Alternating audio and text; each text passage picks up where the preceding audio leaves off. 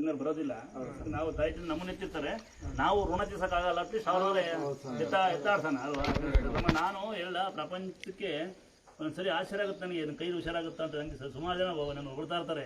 ಅವ್ರು ಹೊಗಳ್ತಾರ ಅಂದ್ರೆ ನಾನು ಅಷ್ಟೊಂದು ಹೊಗಳ್ತಾರೆ ಅನ್ನೋದಕ್ಕಿಂತ ಕಿವಿ ಹಾಕೋದಿಲ್ಲ. ಯಾಕಂದ್ರೆ ಇಲ್ಲಿ ನನ್ನ ಕೆಲಸ ಏನಿಲ್ಲ, ಎಲ್ಲ ಅವಳದು. ಕೆಲವರು ಹೇಳ್ತಾರೆ ನೀವು ಯಾವುದೋ ದೇವರು ಹಿಂಗೆ ಯಾರೋ ಸ್ವಾಮಿಯವ್ರು ನೋಡಿದ್ವಿ, ಪವಾಡ್ ನೋಡಿದ್ವಿ, ನೀವು ಇಲ್ಲೇ ಇದ್ದೀರಾ ಅಂತಾರೆ. ನನ್ನ ಹೊಟ್ಟಾಣಿಕೆ ನನಗೆ ಗೊತ್ತಿಲ್ಲಪ್ಪ, ಎಲ್ಲ ಅವಳದು. ಗಂಗಮ್ಮದ ಒಂದು ಬಟ್ ಕೈ ಇದೆ ಇದೇ ಕೈಯಲ್ಲಿ ಇದೇ ಕೈಯಲ್ಲೇ ನೀವು ಆಶೀರ್ವಾದ ಮಾಡಿದ್ದು. ಮುಟ್ಟಿ ಎರಡು ನಿಮಿಷನೂ ಆಗಿಲ್ಲ. ಅಲ್ಲೋಗಿ ಮಾಯಂಗಿಡದ ಹತ್ರ ಕೂತ್ಕೊಂಡಿದ್ದೆ ಅಷ್ಟೇ. ಕಟ್ಟೋಡಿ ಜಾಗದಾಗ ಕೂತ್ಕೊಂಡಿದ್ದೆ. ಕೈ ಇನ್ಸೂರೆನ್ಸ್ ಮಾಡಿಸಿಲ್ಲ, ಲೋನ್ ಇಲ್ಲಿ ನೋಡು ಕೈ. ಟೀ ಕುಡಿಯೋಣ? ಟೀ ಕೊಡಪ್ಪ. ಏನಾಯ್ತಪ್ಪ? ಸ್ವಾಮಿಯರೇ 2023ನೇ ಇಸ್ವಿ ನಾನು ಪ್ರೈವೇಟ್ ಕಂಪ್ನಿಲಿ ಕೆಲಸಕ್ಕೆ ಹೋಗ್ತಾ ಇದ್ದೆ. ಜನವರಿ ತಿಂಗಳು 28 ಇಲ್ಲ 29ನೇ ತಾರೀಕು. ಅವತ್ತು ಸುಮಾರಾಗಿ ಕಾಲು ನೋವು ಬಂತು. ಕೆಲ್ಸಕ್ಕೆ ಹೋಗ್ತಿರೋದ್ರಿಂದ ಎಲ್ಲೋ ಜಾಸ್ತಿ ಕೆಲಸ ಮಾಡಿರೋದ್ರಿಂದ ನೋವು ಬಂತು ಅಂದ್ಕೊಂಡೆ. ಅದು ದಿನದ ಕ್ರಮಣ ಜಾಸ್ತಿ ಆಗ್ತಾ ಹೋಯ್ತು. ಈಗ ಇಲ್ಲಿಂದ ಇಲ್ಲಿವರೆಗೂ ಇಷ್ಟು ಮಾತ್ರ ತುಂಬಾ ಹೊಡ್ತಾ. 2 ಕಾಲನು ನಮ್ಮಮ್ಮವರು ಡೈಲಿ ಬಿಸಿನೀರು ಇಕ್ಕೋದು, ಉಪ್ಪುನೀರು ಕಾವು ಕೊಡೋದು, ತೊಡೆ ಮೇಲೆ ಹಾಕೊಂಡು ಹಿಂಗೇನೇನೋ ಮಾಡೋದು ಡೈಲಿ, ಡೇ ಬೈ ಡೇ. ಹಿಂಗೆ ಯಾರಲ್ಲೋ ಇವ್ರನ್ನ ಕೇಳಿದಾಗ ಇಲ್ಲ ಏನೋ 3 ದಾರಿ ಕುಡಿದಾಗ ಏನೋ ಆಗಿದೆ, ಅದ್ರ ಮೇಲೆ ಗಾಡಿ ಹೊಡ್ಕೊಂಡ್ ಬಂದಿದ್ದಾನೆ, ಅದು ಇದು ಮಾಡ್ಬೇಕು ಅಂತಂದ್ರು. ಅವಾಗ ನಾವು ಇಲ್ಲ ಅದೆಲ್ಲ ಇಲ್ಲೇ ನಮ್ಮೂರ ಹತ್ರನೇ, ತುಮಕೂರು ಜಿಲ್ಲೆ ಕೊರಟಗೆರೆ ತಾಲೂಕು ತೋಯಿಂಕೆರೆ ಹತ್ರ ದೊಡ್ಡಕಾಯಪ್ಪ ಸ್ವಾಮಿ ದೇವಸ್ಥಾನ ಇದೆ. ಅಲ್ಲಿನೂ ಡೈಲಿ ಹೋಗೋದು, ಇರೋದು, ಸಂಜೆವರೆಗೂ ಬರೋದು, ಈ ತರ ಮಾಡ್ತಾ ಇದ್ವಿ. ಅಲ್ಲಿ ಏನು ಗುಣಮುಖ ಕಾಣಲಿಲ್ಲ. ಹಿಂಗೆ ಸುಮಾರು ಕಡೆ ಹೇಳಿದ ಕಡೆ ಎಲ್ಲ ಇದು ಅದು ಕೊಳ್ಳೇಗಾಲ, ಆಮೇಲಿಂದ ಕಲಬುರ್ಗಿ, ಮೈಸೂರು, ಇಲ್ಲೆಲ್ಲ ಹೇಳಿದ ಕಡೆ ಎಲ್ಲ ನಮ್ಮ ಅಪ್ಪವ್ರಿಗೆ ನಾನು ಒಬ್ಬನೇ ಮಗ ಇರೋದು. ಅದರಿಂದ ಜೀವ ಭಯ, ಏನಾದ್ರು ಹೆಚ್ಚು ಕಮ್ಮಿ ಆದತ್ತು ಅಂತ ಹೇಳಿದಾಗ ಎಲ್ಲ ಮಾಡಿದ್ವಿ. ಆಮೇಲೆ ಎಲ್ಲ ಸುಸ್ತಾಗಿ ನೊಂದು ಬೆಂದು ಮನೆಯಲ್ಲೇ ನೋಡೋಣ ಅಂತಂದು ಇದು ಮಾಡಿದ್ರು. ಅಂದ್ರೆ ನಮ್ಮ ಅಪ್ಪ ಒಂದ್ ಕಾಲು ಹಾಕೋದು, ನಮ್ಮ ಅಮ್ಮ ಒಂದ್ ಕಾಲು ಹಾಕೋದು ತೊಡೆ ಮೇಲೆ ಕುಲ್ಗುಸಕ್ಕೆ. ಅದು ಆರಂಭದಾಗೆ ಸುಮಾರಾಗಿರೋದು. ಆಮೇಲೆ ನನ್ನ ಕೈ ಕಾಲು ಎತ್ತಕ್ ಆಗ್ತಾ ಇರಲಿಲ್ಲ, ಅವ್ರ ಕೈಲಿ ತೊಡೆ ನೋಡ್ಲಾಡ್ಸಕ್ ಆಗ್ತಾ ಇಲ್ಲ. ಇಬ್ರು ಎತ್ತದು ತೊಡೆ ಎತ್ತಕ್ ಆಗ್ತಾ ಇರ್ಲಿಲ್ಲ. ಇವೆರಡು ಕಾಲು ತುಂಬಾ ಭಾರ. ನನಗೆ ಬೆಳಿಗ್ಗೆ ಟೈಮು ವಾಶ್ರೂಮ್ಗೆ ಹೋಗ್ಬೇಕು ಅಂದ್ರೆ ಎದಳಕ್ ಆಗ್ತಾ ಇರಲಿಲ್ಲ, ಕುತ್ಕೊಳಕ್ ಆಗ್ತಾ ಇರಲಿಲ್ಲ. ದಿನಕ್ಕೆ ಅರ್ಧ ಇಡ್ಲಿ ತಿಂತಾ ಇದ್ದೆ ಅಷ್ಟೇ. ಆಮೇಲಿಂದ ಹಿಂಗೆ ಆಸ್ಪತ್ರೆಗೆ ಎಲ್ಲ ಓಡಾಡಿ ಕೊನೆದಾಗಿ ಜಿಂದಾಲಾಗಿ ಪೂರ್ತಿ ಸುಸ್ತಾಗಿದ್ದೆ, ನಡೆಯೋಕೆ ಹೋಗ್ತಾ ಇರ್ಲಿಲ್ಲ. ಅಡ್ಮಿಟ್ ಮಾಡಿದ್ರು. ಹಿಂಗೆ ಯಾರೋ ನಮ್ಮ ಪಕ್ಕದ ಬೆಡ್ ಪೇಷಂಟು ಹಿಂಗೆ ಕಡೂರು ದುರ್ಗಾಸ್ಥಳ ಅಂತಂದು ಹೇಳಿದ್ರು. ನಮಗೆ ಅವಾಗ ನಂಬಿಕೆ ಇಲ್ಲ. ಸುಮಾರು ಕಡೆ ಓಡಾಡಿ ದುಡ್ಡುಗಳು ಕಳ್ಕೊಂಡು ಒಂದ್ 50,000ಕ್ಕಿಂತ ಹೆಚ್ಚಾಗಿ ದುಡ್ಡುಗಳು ಕಳ್ಕೊಂಡ್ರು ನಂಬಿಕೆ ಇಲ್ಲ.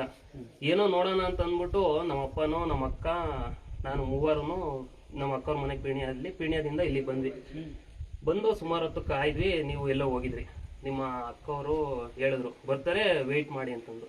ದೇವ್ರಿಗೆಲ್ಲ ಪೂಜೆ ಮಾಡಿಸಿದ್ದಾದ್ಮೇಲೆ ಇನ್ನೊಂದು ಈಗ ಹೊಸದಾಗಿ ಏನಿದೆ ಅದ್ರ ಪಕ್ಕ ಹಳೆ ರೂಮ್ ಅಲ್ಲಿ ದೇವ್ರ ಇದ್ದಿದ್ದು ಗುಡ್ಲಲ್ಲಿ ಇತ್ತು.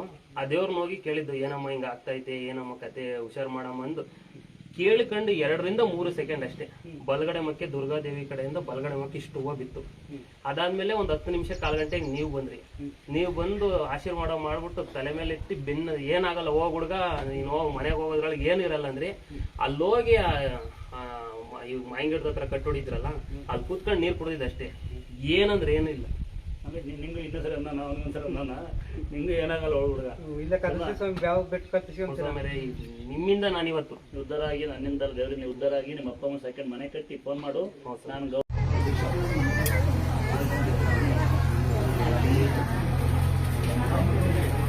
3 ದಿವಸದಿಂದ ಭಾಳ ಕೆಲಸ.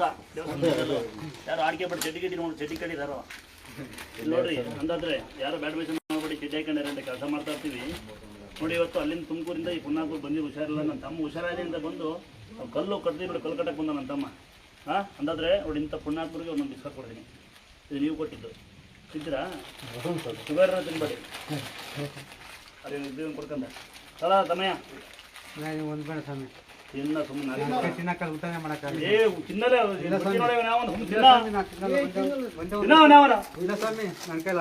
ಉಣ್ಣಕ್ಕೆ ಬಿಡ್ರ ಅವ್ನು ಎಳಿ ಮತ್ ಕೇಳ್ಬೇಕು.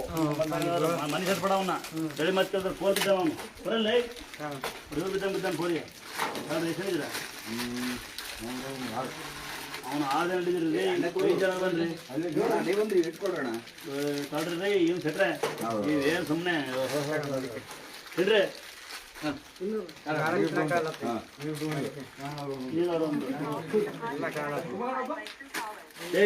ಏನು ಹೆಸರು ನಿಂದು ರಾಜಣ್ಣ ತುಂಬ ತಿನ್ನಲ್ಲ ನಿನಗೆ ಯಾವ ಕಿಸೆ ಕಾಲ ಅಂತ ವಾಪಸ್ ಕೊಟ್ಟು ಇದು ನೀನು ತಿನ್ನ ಮಗನೇ ನಿನಗೆ ಏನಿಲ್ಲ ಮತ್ತೆ ಬೇರೆ ಮಾಡಿ ಹಾಕ್ಬಿಡ್ತೀನಿ ನಾನು ನೋಡಕ್ಕೆ ಇದೀನಿ ಅನ್ಕೋಬೇಡ ಮತ್ತೆ ರಸ್ ಬೆಲೆ ಆಗ್ಬಿಡ್ಬೇಕಂಗೆ ಮತ್ತೆ ಹೇಳಿ ಮತ್ತೆ ಕೇಳ್ದವ್ರೆ ಏನು ಗೊತ್ತಾ ಒಳ್ಳೆ ಮತ್ತೆ ಬೆಲೆ ಕೊಡೋದು ಹೇಳಿ ಮತ್ತೆ ಕೇಳಿಲ್ಲ ಅಂದ್ರೆ ರಸ್ ಬೇಯ್ದು ಹಂಗೆ ಮಂಗೈತವಲ್ಲವ ನೆಕ್ಸ್ಟ್ ಟೈಮ್ ಅವನಾಗ ಅವನೇ ನೆಟ್ರು ಹೋಗೋಣ ಅನ್ಬಿಡ್ತಾನೆ ನೀನು ಹೇಳಿದ್ ಮಾಡ್ಲ ತಮ್ಮ ನೋಡಿ ಇಲ್ಲಿ ನೋಡು ಕಾಲ ನೆಟ್ರು ಹೋಗೋಣ ಅಲ್ಲಿಗೆ ಹಾಂ ನೀನು ಕೊಟ್ಟನಪ್ಪ ಆಯ್ತು ಅಪ್ಪ